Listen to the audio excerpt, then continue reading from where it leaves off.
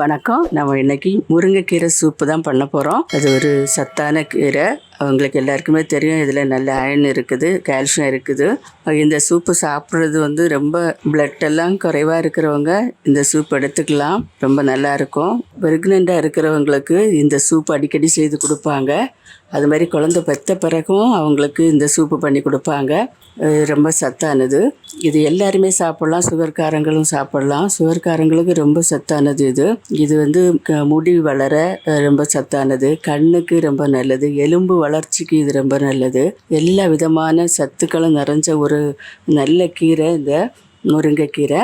நல்ல நியூட்ரிஷன் எல்லாம் அதில் இருக்கிறதுனால நம்ம எடுத்துக்கிறது ரொம்ப நல்லது. உடம்புக்கு நல்ல அந்த எதிர்ப்பு சக்தி நிறைஞ்ச ஒரு கீரை.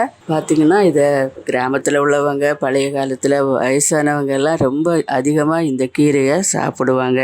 கீரை, இதில் உள்ள பூ எல்லாமே, இதில் உள்ள எல்லாம் முருங்கைக்காய் எல்லாமே இதில் சத்தானது. நம்ம இன்றைக்கி இந்த கீரையை வச்சு தான் நம்ம சூப்பு பண்ண போகிறோம். நான் அதுக்கு இப்படி ஒரு 2 கைப்பிடி அளவு கீரை நான் இப்படி எடுத்து வச்சுருக்கேன். இதில் அது இலையை மட்டும் நான் எடுத்து வச்சுருக்கேன். இதில் ரொம்ப இலசாக கிடச்சுன்னா அதில் உள்ள தண்டு கூட போடலாம். இது அந்த அளவுக்கு இலசாக இல்லை. அதனால் நான் அதில் உள்ள அந்த தண்டெல்லாம் நான் எடுக்கலை, கீரை மட்டும் எடுத்திருக்கேன். 1 கப்பு சின்ன வெங்காயம், இதுக்கு சின்ன வெங்காயம் தான் ரொம்ப நல்லா இருக்கும். சின்ன வெங்காயம் எடுத்திருக்கேன். இது ஒரு பெரிய தக்காளி பழம், அது எடுத்திருக்கேன். ஒரு சின்ன தொட்டி இஞ்சி எடுத்திருக்கேன். 1 டீஸ்பூன் சீரகமும் 1 டீஸ்பூன் மிளகும் எடுத்திருக்கேன். 2 பச்சை மிளகாய் எடுத்திருக்கிறேன். கொஞ்சம் கருவேப்பிலை, கொஞ்சம் மல்லி இலை. இதெல்லாம் சூப்பு பண்ணுறப்ப ரொம்ப வாசமாகவும் நல்லாவும் இருக்கும். இதெல்லாம் சேர்த்து நம்ம பண்ணினா கொஞ்சம் தேவையான ஆயில் எடுத்துக்கலாம், தேவையான உப்பு எடுத்துக்கலாம். வாங்க நம்ம செய்யலாம். இப்போ கீரையை நல்லா கழுவி வச்சுருக்கேன். எந்த கீரை வெளியே வாங்கினாலும் சரி, மரத்துலேருந்து பறித்தாலும் சரி, கழுவி தான் போடணும். நல்லா கழுவிக்கோங்க. இது மாதிரி கழுவிட்டேன். குக்கர் அடுப்பில் வச்சுருக்கிறேன். ஆயில் போட்டுடலாம். 1 டேபிள் ஸ்பூன் நல்லெண்ணெய் சேர்க்குறேன். எந்த எண்ணெயும் சேர்த்துக்கோங்க. கொஞ்சமாக கடுகு போட்டுக்கலாம். இப்போ கடுகு வெடிச்சிட்ருக்கு. வெங்காயத்தை சேர்த்துடலாம். 2 பச்சை மிளகாய் கட் பண்ணி வச்சுருக்கேன், அதையும் சேர்த்துடலாம். கொஞ்சம் கருவேப்பிலை சேர்த்துக்கலாம். இனி தக்காளி பழம் சேர்க்குறேன்.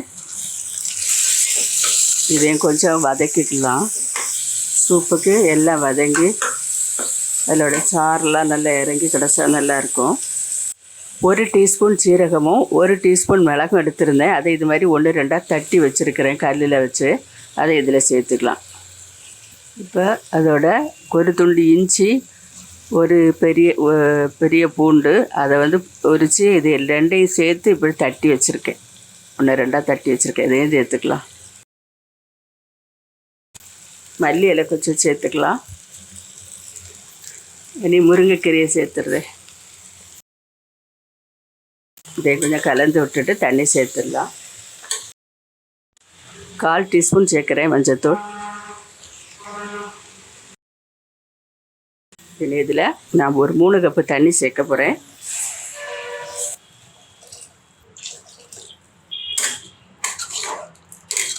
இனி இந்த சூப்புக்கு தேவையான உப்பு சேர்த்துடலாம்.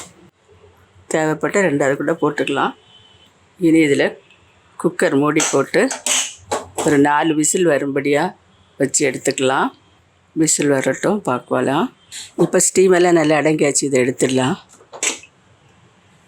சூப்பு ரொம்ப ரெடி ஆயிடுச்சு. கரண்டியால் கொஞ்சம் கரைச்சி விட்டுக்கலாம். இது எல்லாமே நம்ம நசுக்கி தான் போட்டிருக்கோம். வதக்கி ரொம்ப வாசமாக இருக்குது. டேஸ்ட் பண்ணி பார்த்துடலாம். ரொம்ப நல்லா இருக்குது. நீங்களும் இது மாதிரி வீட்டில் ஒரு தடவை ட்ரை பண்ணி பாருங்கள். இதை ஒரு வாரத்துக்கு 3 தடவையாவது நீங்கள் எடுங்க. ரொம்ப நல்லாயிருக்கும். உடம்புக்கு ரொம்ப ஹெல்த்தியான ஒரு சூப்பு. மறுபடியும் ஒரு நல்ல ரெசிபியோடு நான் உங்களை சந்திக்கிறேன். மறக்காமல் லைக் பண்ணி, ஷேர் பண்ணி, கமெண்ட்ஸ் பண்ணுங்கள். வீட்டில் கட்டாயம் ட்ரை பண்ணி பார்த்துட்டு எனக்கு கமெண்ட்ஸ் பண்ணுங்கள். சப்ஸ்கிரைப் பண்ணுங்கள். நன்றி. God bless you. இப்போ நம்ம இதை இன்னொரு பாத்திரத்தில் வடிகட்டி எடுத்துக்கலாம்.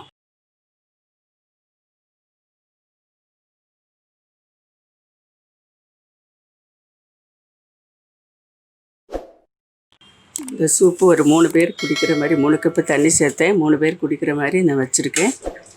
நீங்கள் உங்கள் அளவுக்கு சேர்த்துக்கோங்க.